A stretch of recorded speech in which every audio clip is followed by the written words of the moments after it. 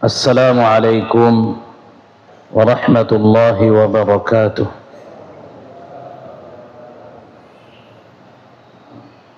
Alhamdulillah, alhamdulillahi rabbil alamin. Wa bihi nasta'inu ala umuri dunya wad din. Ashhadu an la ilaha illallah wahdahu la syarika lah. وأشهد أن محمدا عبده ورسوله لا نبي بعده. اللهم صل وسلم وبارك على هذا النبي الكريم وعلى آله وصحابته ومن سار على نهجه واستنى بسنته واهتدى بهديه إلى يوم لا ينفع مال ولا بنون إلا من أتى الله بقلب سليم. قال الله تعالى في كتابه الكريم: أعوذ بالله من الشيطان الرجيم. من جاء بالحسنة فله عشر أمثالها ومن جاء بالسيئة فلا يجزى إلا مثلها وهم لا يظلمون. Amma ba'd. Kaum muslimin dan muslimah, hadirin dan hadirat, segenap jamaah maghrib yang mudah-mudahan kita semua senantiasa dimuliakan, dirahmati, diberkahi, dilindungi oleh Allah Jalla Jalaluh. Kembali kita bersyukur kepada Allah Subhanahu wa taala atas limpahan nikmat yang tidak pernah berhenti kepada kita semua, khususnya kemampuan, kesempatan dan juga kemauan kita untuk selalu berada di jalan-jalan kebaikan, mengarahkan semua energi, potensi kita untuk berada di barisan terdepan, mengharapkan ridha dan rahmat Allah Subhanahu wa taala, baik dalam ibadah maupun dalam muamalah, adalah merupakan nikmat yang tidak terhingga nilainya, yang wajib untuk kita syukuri. Salah satunya kita duduk bersama di dalam majlis ilmu yang disampaikan oleh Nabi sallallahu alaihi wasallam sebagai salah satu taman-taman surga yang ada di dunia. Tentunya dengan harapan, doa, semoga Allah Subhanahu wa taala mencatat nama-nama kita yang hadir dalam majelis ilmu, semangat di dalam berpengajian, menjadi orang-orang yang mendapatkan keutamaan yang dijaminkan oleh Nabi sallallahu alaihi wasallam berupa ketenangan, rahmat, keberkahan, sampai pada janji pengampunan dosa yang dijaminkan oleh Nabi sallallahu alaihi wasallam bagi orang-orang yang aktif di dalam majlis-majlis ilmu. Ikhwatal iman, kaum muslimin sidang jamaah yang dimuliakan Allah Subhanahu wa taala. Dalam khutbah Jumat tadi kita mentadaburi dua pertanyaan yang mestinya mengiringi keinginan kita untuk mendapatkan surga Allah Subhanahu wa taala. Dua poin ini yang kita jadikan sebagai tadabbur kita pada khutbah Jumat tadi. Yang pertama tentang apa persiapan kita. Sebab berbicara surga berarti kita berbicara tentang satu tujuan yang semua kita mengharap untuk sampai kepada tujuan itu. Sehingga perjalanan yang panjang ini adalah perjalanan yang membutuhkan persiapan-persiapan yang matang. Yang kedua, keinginan kita, harapan kita untuk mendapatkan surga Allah mestilah dibuktikan dengan seberapa sering kita meminta surga, seberapa sering kita mengulang-ulangi meminta kepada Allah Subhanahu wa taala kenikmatan yang tertinggi itu. Sebab jangan sampai kita selalu menganggap diri kita ingin surga Allah, tetapi doa-doa kita tidak pernah dihiasi permintaan untuk mendapatkan surga. Kadangkala salah satu jebakan syaitan bagi orang-orang yang mengaku beriman kepada Allah, salah satunya adalah perasaan bahwa dia sudah berhak dapat surga karena ibadahnya. Ini kadangkala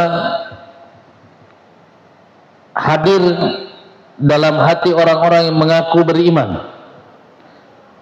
Rasa-rasanya saya ini pantas dapat surga karena ibadahku sudah baik. Padahal surga Allah Subhanahu wa taala itu tidak didapatkan hanya sekedar dengan amalan, tidak didapatkan dengan ibadah. Kita dapat surga Allah murni karena Allah memberikan rahmat kepada kita. Rahmat itulah yang kita minta, yang kita kejar, yang kita harapkan kita dapatkan. Sebab kalau mau dibandingkan ibadah kita untuk bisa memantaskan diri kita dengan surga, jauh sekali. Masih banyak nikmat-nikmat yang lain yang kalau Allah minta bayaran dengan ibadah kita tidak cukup, tidak sebanding. Nikmat yang sudah Allah kasih kepada kita, ibadah kita ini belum mampu membayar secara lunas. Bahkan ketika pun kita sedang beribadah, yang kita gunakan ibadah ini adalah nikmat dari Allah. Maka itu perbanyak berdoa meminta untuk mendapatkan surga. Hal yang lainnya yang nantinya akan menjadi landasan tadabbur kita pada malam ini, bahwa surga Allah Subhanahu wa taala bisa diraih dengan pengenalan serta implementasi yang tepat antara kebaikan dan keburukan. Orang yang menginginkan surga mesti memahami dengan baik konsep kebaikan dan keburukan dalam kehidupan sehari-hari kita di dunia. Kebaikan dan keburukan inilah yang dijelaskan secara gamblang oleh Allah Subhanahu wa taala, dijabarkan dalam tuntunan kehidupan oleh Nabi sallallahu alaihi wasallam, di mana dengan mengimplementasikan nilai-nilai kebaikan dan memaksimalkan diri menjauhi keburukan, itu akan menghantarkan kita kepada surga. Kebaikan dan keburukan ini ada banyak terma yang disajikan oleh Allah di dalam Al-Quran atau di dalam hadis-hadis Nabi sallallahu alaihi wasallam. Terkadang diistilahkan dengan istilah al-haq dan al-batil.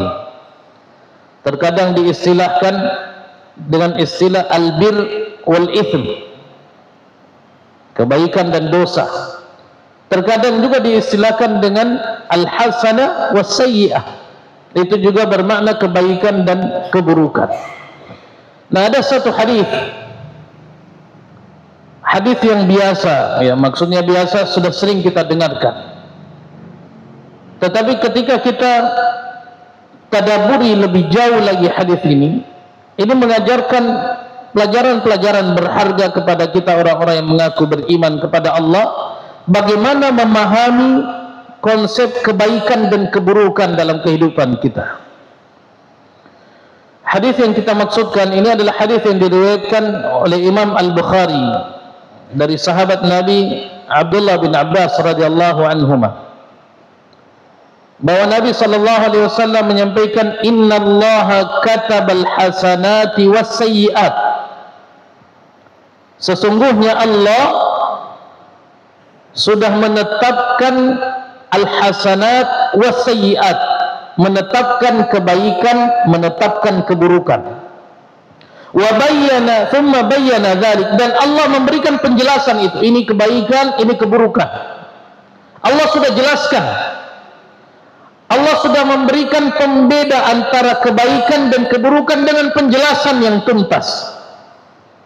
Makanya Allah kasih kita hati, kalbu, untuk kemudian dengan kalbu ini kita mampu mendeteksi kebaikan dan keburukan yang Allah sudah jelaskan tadi.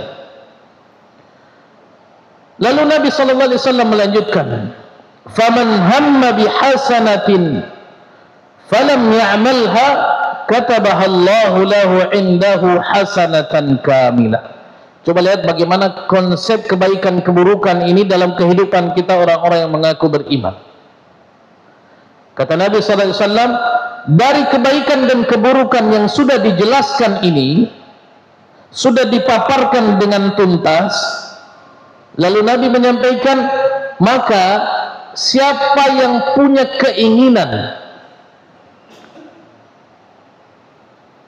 siapa yang punya tekad untuk melakukan kebaikan, satu kebaikan, falam ya'malha, lalu dia belum sempat melakukan kebaikan yang dia sudah niatkan, dia sudah tekadkan itu, katabahallahu indahu hasanat kamilah, maka Allah sudah mencatat baginya pahala satu kebaikan sempurna.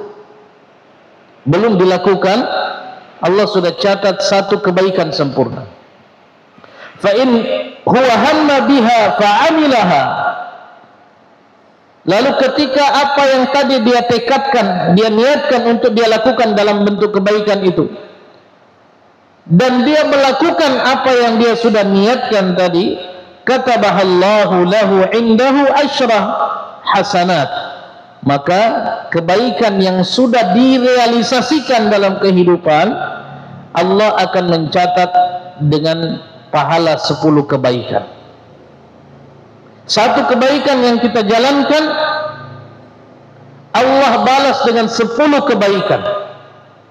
Tidak sampai di situ, Nabi melanjutkan ila 700 dha'fin, bahkan yang 10 tadi dilipat gandakan menjadi 700 kali lipat kebaikan yang Allah janjikan kepada mereka.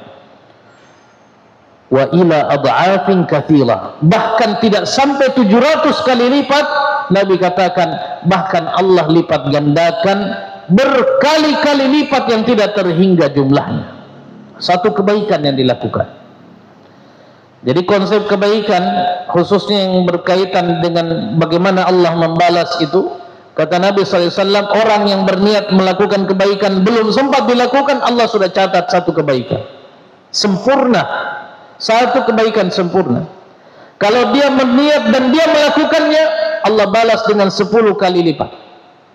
Bahkan Allah lipat gandakan jadi 700 kali lipat. Tidak sampai di situ, Allah lipat gandakan berkali-kali lipat yang jumlahnya tidak terhingga untuk membalas satu kebaikan yang dilakukan oleh orang yang mengaku beriman kepada Allah. Lalu sebaliknya, bagaimana dengan keburukan?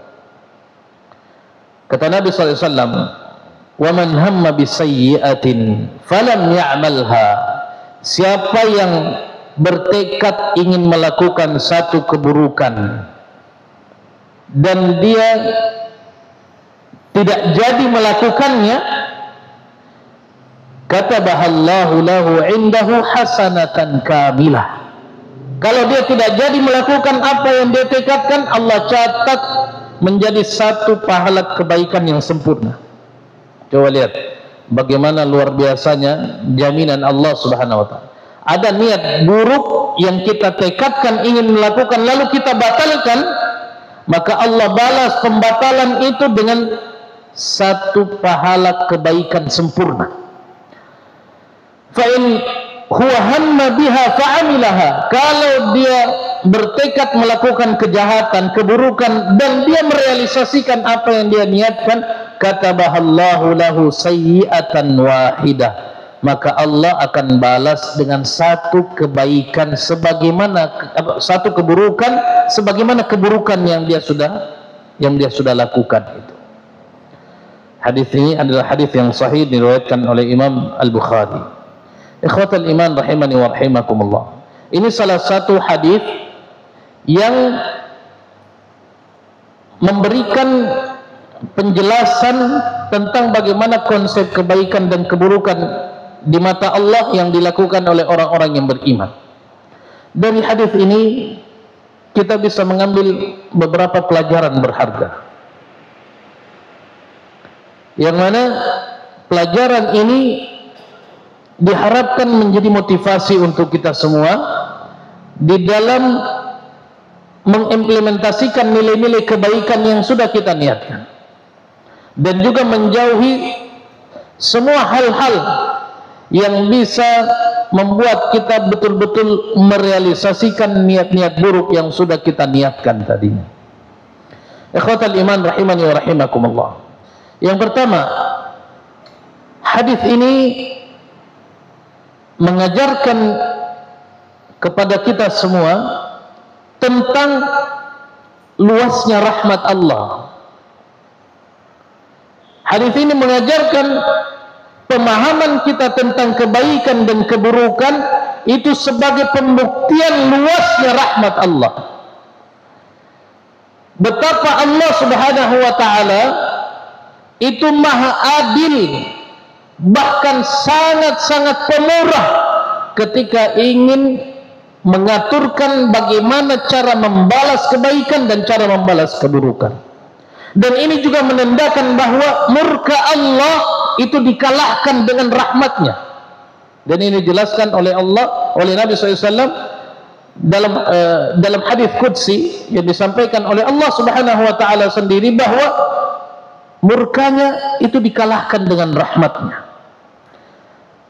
Bagaimana tidak, ketika Allah Subhanahu wa taala melihat di hati kita ada tekad ingin melakukan kebaikan dan belum sempat kita lakukan, Allah sudah catat itu sebagai sebuah kebaikan. Makanya jangan berhenti berniat baik. Jangan berhenti berniat baik. Bahkan kalau perlu, rencanakan satu hari ini, ketika kita misalnya bangun di subuh hari, rencanakan rencana-rencana kebaikan sampai kita tidur lagi. Apakah nanti kita berhasil melaksanakan 100%, atau ada beberapa kendala sehingga kita hanya mampu merealisasikan berapa persen di antaranya, tetapi dengan niat baik yang mendahuluinya, itu sudah menjadi aliran pahala kebaikan dari Allah Subhanahu wa taala. Satu niat baik yang belum sempat dilakukan, Allah sudah catat dengan kebaikan yang sempurna.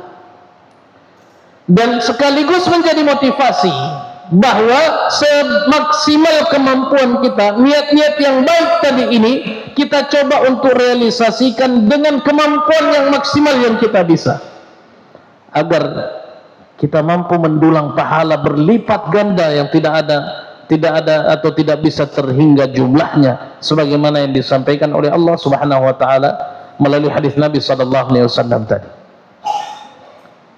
Termasuk tanda-tanda rahmat Allah yang luas ini adalah ketika seseorang melakukan dosa, melakukan keburukan, melakukan kemaksiatan, Allah Subhanahu wa taala tidak mungkin memberikan balasan lebih daripada kadar dosa yang sudah dilakukan oleh seseorang.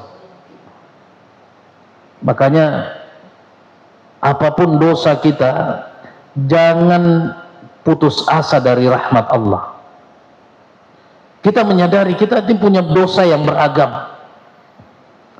Mungkin sebahagian kita menilai orang lain lebih soleh dan seterusnya, itu karena Allah menutupi aib kita. Kita punya banyak dosa, dan kita punya kemaksiatan yang berbeda-beda satu dengan yang lain. Tetapi dengan memahami konsep kebaikan dan keburukan yang dijelaskan Nabi SAW dalam hadis ini, maka seharusnya memotivasi kita untuk jangan sekali-kali putus asa dari rahmat Allah. Bahkan seorang pelacur sekalipun bisa masuk surga dalam hadis yang sahih yang disampaikan oleh Nabi SAW, hanya sekedar memberikan minum kepada anjing yang hampir mati karena kehausan. Pelacur. Dalam riwayat yang sahih, seorang pelacur melihat ada anjing yang kehausan, yang hampir saja mati, terbunuh karena kehausan. Sehingga pelacur ini mengambil sepatunya lalu masuk ke dalam sumur. Dalam riwayat itu dikatakan sampai pelacur ini mengambil dengan sepatunya dan naik manjat dari sumur itu dengan menggigit sepatu yang berisi air tadi. Lalu diberikan kepada anjing yang kehausan. Dan subhanallah, ini yang menjadi titik awal dari rahmat Allah datang kepada pelacur tadi, sehingga membuatnya masuk surga. Kita tidak boleh putus asa dari rahmat Allah Subhanahu wa ta'ala. Dengan melihat bagaimana caranya Allah membalas kebaikan, membalas niat-niat baik, serta bagaimana Allah mulianya di dalam membalas keburukan, bahkan membalas niat buruk yang tidak jadi dilakukan dengan kebaikan. Ini menunjukkan bahwa tidak ada yang boleh putus asa dari rahmat Allah. Apapun dosa kita, apapun kemaksiatan kita, sekaligus ini adalah larangan bagi kita untuk mencela orang lain yang ahli dosa. Jangan mencela, jangan menghina, jangan merasa diri sudah ahli ibadah kemudian menertawakan orang-orang yang ahli dosa lalu menganggap kasihannya ini nanti jadi calon penghuni neraka. Jangan-jangan kemudian dia dapat rahmat, kita dapat azab. Na'udzubillah. Sehingga dengan memahami konsep kebaikan dan keburukan, kita bisa memotivasi diri dan mendudukkan diri kita antara konsep kebaikan dan keburukan. Ujung-ujungnya adalah untuk mendapatkan rahmat Allah Subhanahu wa ta'ala. Dari hadis ini juga kita belajar betapa indahnya berbisnis dengan Allah. Luar biasa indahnya berbisnis dengan Allah.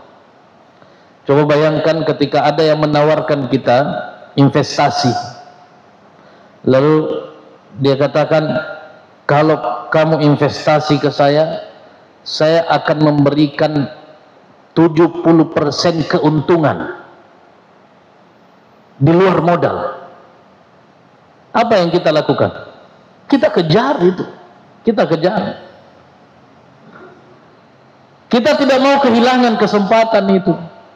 Padahal 70% dari modal, tidak sampai 100%. Artinya bukan 2 kali lipatnya. Tapi kita sudah mulai tergiur dengan investasi itu.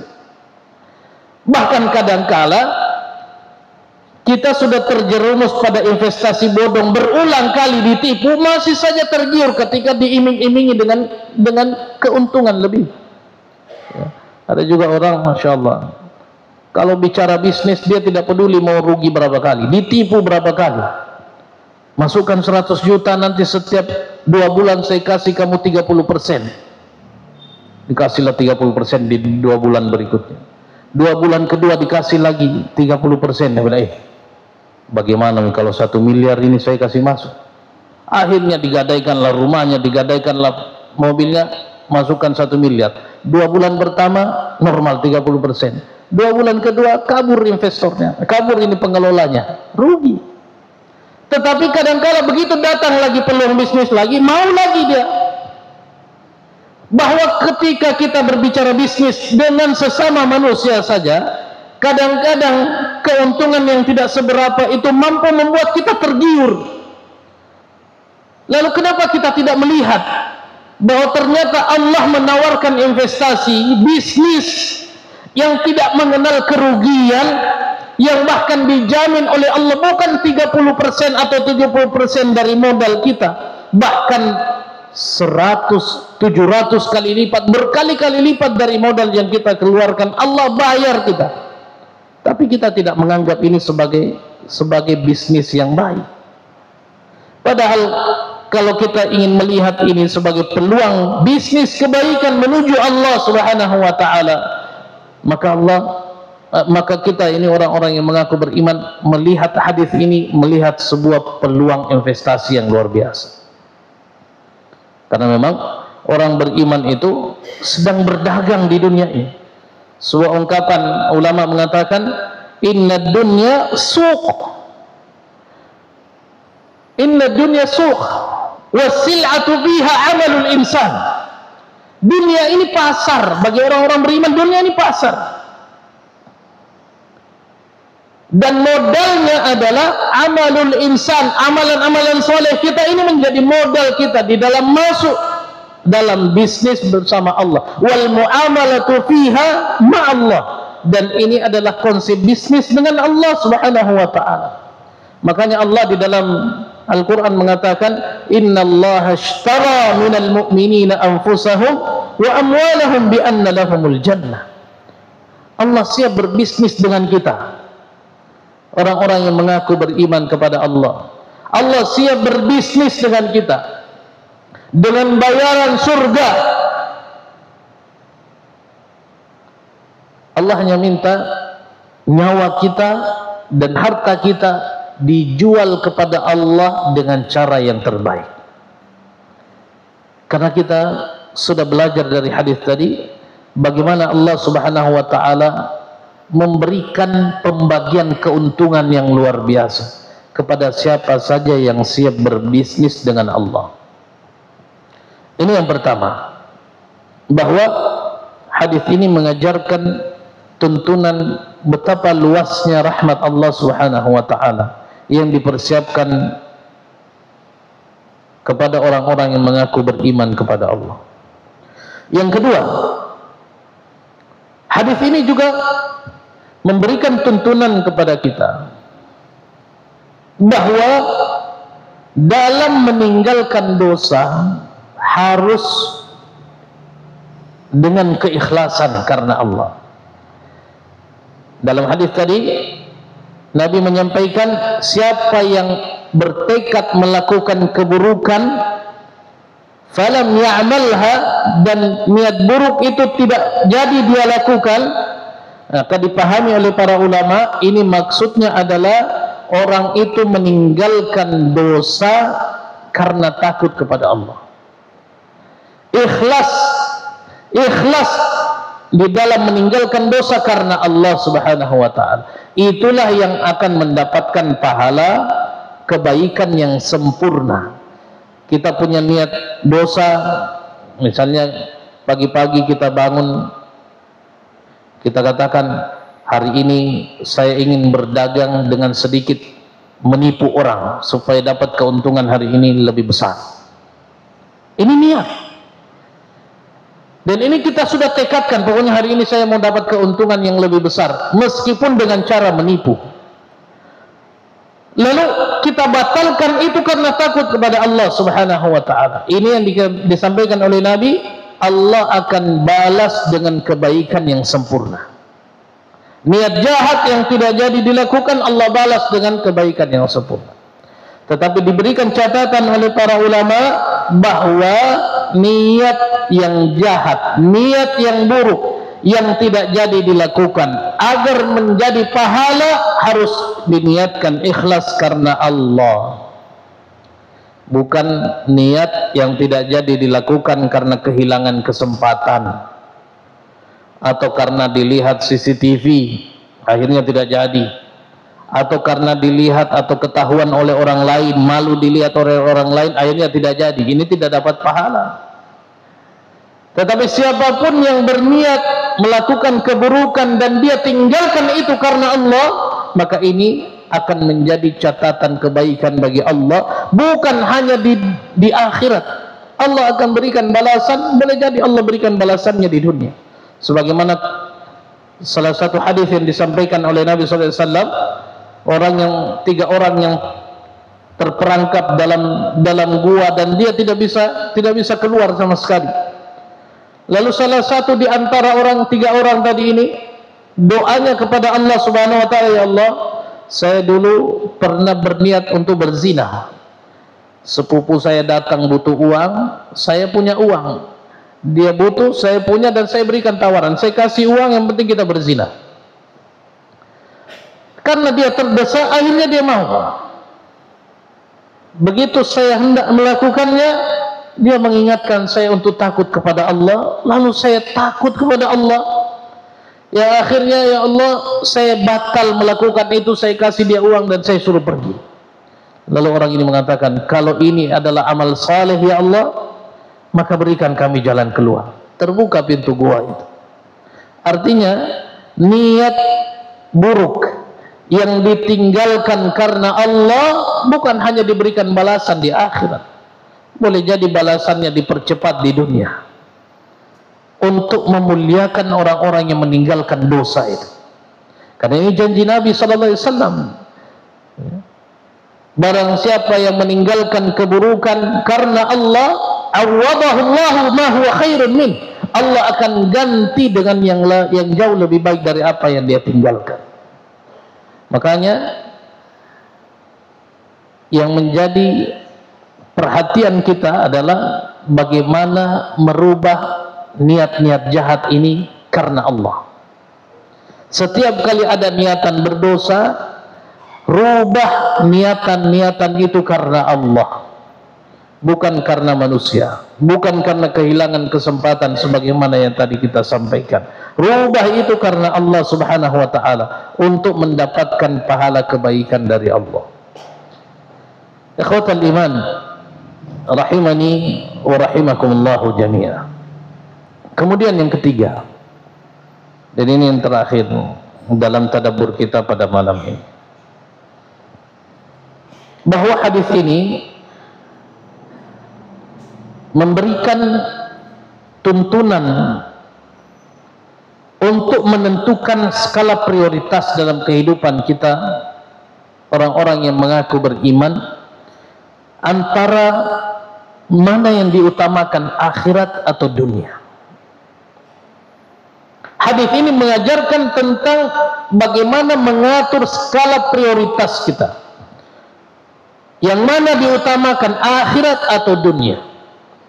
Kita sedang dihadapkan satu dengan keyakinan-keyakinan tentang balasan Allah, yang kedua tentang tawaran-tawaran dunia yang terlihat di depan mata. Ini terkadang membuat kita dilema ya. Yang satu janji Allah hanya pada keyakinan saja, kita tidak bisa lihat secara langsung, belum bisa terdengar secara langsung. Yang satunya kita berhadapan dengan tawaran-tawaran dunia yang kelihatan jelas tawarannya. Di mana posisi kita orang beriman ini? Maka hadis ini mengajarkan yang mana yang harusnya didahulukan, yang menjadi skala prioritas kita. Bahwa orang yang beriman melihat dua hal ini, mereka tidak lagi dilema. Kenapa? Karena tidak ada yang paling mereka prioritaskan kecuali akhir, meskipun belum terlihat dengan mata. Makanya yang paling utama dalam keimanan kita itu adalah iman kepada yang gaib. Kita lihat di dalam surah Al-Baqarah di awal itu, orang-orang yang bertakwa itu diatur dalam sifat pertamanya, alladzina yu'minuna bil ghaib. Memang kita sudah ditentukan keimanan kita ini adalah keimanan terhadap apa yang tidak kita lihat secara langsung dengan kasat mata. Tetapi kita harus dahulukan itu dengan keimanan serta keyakinan yang kuat bahwa ini lebih baik. Meskipun pada akhirnya kita banyak sekali menyaksikan betapa dunia ini sesungguhnya tidak pantas untuk diperebutkan. Ya. Lihat bagaimana ketika Allah ingin menurunkan bencana alam, dalam sekejap dunia ini tidak ada artinya. Kita bangun rumah megah bertahun-tahun, dengan susah payah, ketika datang gempa bumi selesai. Dalam hitungan detik hancur, tidak ada nilainya. Ini menandakan bahwa memang sebenarnya Allah sudah memberikan isyarat-isyarat yang sekali lagi tidak semua mampu membaca isyarat itu, bahwa ternyata memang dunia ini tidak pantas diprioritaskan. Makanya ketika Allah Subhanahu wa taala berbicara tentang kebaikan dan keburukan dalam hadis tadi, iming-imingnya adalah iming-imingan pahala. Di mana pahala itu? Nanti di akhirat. Nanti di akhirat. Kenapa tidak di dunia? Di dunia hanya diberikan sekian persen saja. Bahkan dalam hadis yang lain dikatakan, dari semua kenikmatan dunia itu hanya 1% dari rahmat Allah saja yang dibagi-bagikan kepada seluruh makhluk yang ada di dunia. 99% yang dipersiapkan di akhirat. Kalau 1% saja ini, kita melihat ada orang yang kaya raya, yang kebangetan kayanya, bagaimana dengan 99% yang dipersiapkan di akhirat? Dan ini mengarahkan kita, orang-orang yang beriman kepada Allah, untuk mengatur skala prioritas. Tidak boleh tidak, akhirat harus jadi prioritas kita orang-orang yang beriman. Sekali lagi, meskipun belum terbaca dengan mata kita. Makanya suatu waktu Umar bin Khattab melihat Nabi sallallahu alaihi wasallam tidur di atas pelepah-pelepah kurma, di atas dedaunan itu, yang menyebabkan bahagian pinggir tubuhnya Nabi SAW itu berbekas karena tidur bukan di kasur, ya. Sehingga Umar bin Khattab datang kepada Nabi Sallallahu Alaihi Wasallam, ya Rasulullah, kerajaan Persia, kerajaan Romawi, mereka hidup dengan bergelimangan harta, kemewahan, sedangkan kamu tidur di tempat seperti ini. Sampai-sampai tubuhmu menyisakan bekas-bekas dari kerasnya tempat yang kamu tiduri itu. Ada kesedihan dari kalangan sahabat-sahabat Nabi melihat panutannya, kekasih Allah ini hidup dengan sederhana seperti ini. Mungkin sahabat-sahabat ini ingin menawarkan sesuatu kepada Nabi, ya Rasulullah, kenapa begini? Padahal bisa saja Nabi SAW mengumpulkan orang-orang hebat dari kalangan sahabat. Ayo, saya mau hidup lebih baik dari ini. Bisa, hitungan sekejap Nabi SAW tiba-tiba bisa hidup dengan kemewahan. Sehingga Umar bin Khattab mengatakan, Raja Persia, Raja Romawi hidup dengan gelimangan harta di atas kasur-kasur, ya, yang terbuat dari benang-benang sutra. Kenapa kamu seperti ini? Apa jawaban Nabi sallallahu alaihi wasallam, ya Umar? Mali walid dunya ya Umar. Apa urusanku saya ini dengan dunia, wahai Umar? Apa urusanku ini dengan dunia, wahai Umar? Nabi ingin mengatakan, saya tidak punya urusan dengan dunia ini. Mali walid dunya, ma ana fid dunya illa karakibin. Kata Nabi sallallahu alaihi wasallam, saya dengan dunia itu laksana seseorang yang sedang melakukan perjalanan istadhalla tahta syajarah, yang hanya sebentar saja duduk di bawah pohon untuk berlindung dari terik panas matahari, thumma raha wa tarakaha, kemudian setelah saya beristirahat saya tinggalkan pohon itu. Itu hubungan saya dengan dunia. Itu hubungan saya dengan dunia, kata Nabi sallallahu alaihi wasallam. Nabi pernah ditawarkan oleh orang-orang kafir Quraisy di awal-awal dakwah beliau. Wahai Muhammad, apa yang kamu butuhkan? Kamu butuh wanita, sekarang juga saya kumpulkan wanita paling cantik di Makkah, kami nikahkan kepadamu. Apa yang kamu butuhkan, wahai Muhammad? Kamu butuh harta, kita kumpulkan kabilah-kabilah Makkah ini, kumpulkan harta, kita berikan ke kamu. Tapi satu syaratnya, hentikan dakwahmu. Nabi kalau mau dunia hanya sekedar isyarat tangan selesai. Tapi Nabi mengatakan dan mendidik kepada sahabat, mali walid dunya. Saya tidak punya urusan apa-apa dengan dunia, kecuali hanya sekedar duduk sementara waktu berteduh, lalu saya akan tinggalkan. Ketika saya tinggalkan, saya tidak punya lagi hubungan apa-apa. Itu yang harus kita bangun dalam kehidupan kita sebagai orang yang mengaku beriman. agar tidak mudah tergantung dengan dunia. Sebab ketika seseorang membuka hatinya untuk dunia, semakin dibuka semakin susah dilepaskan.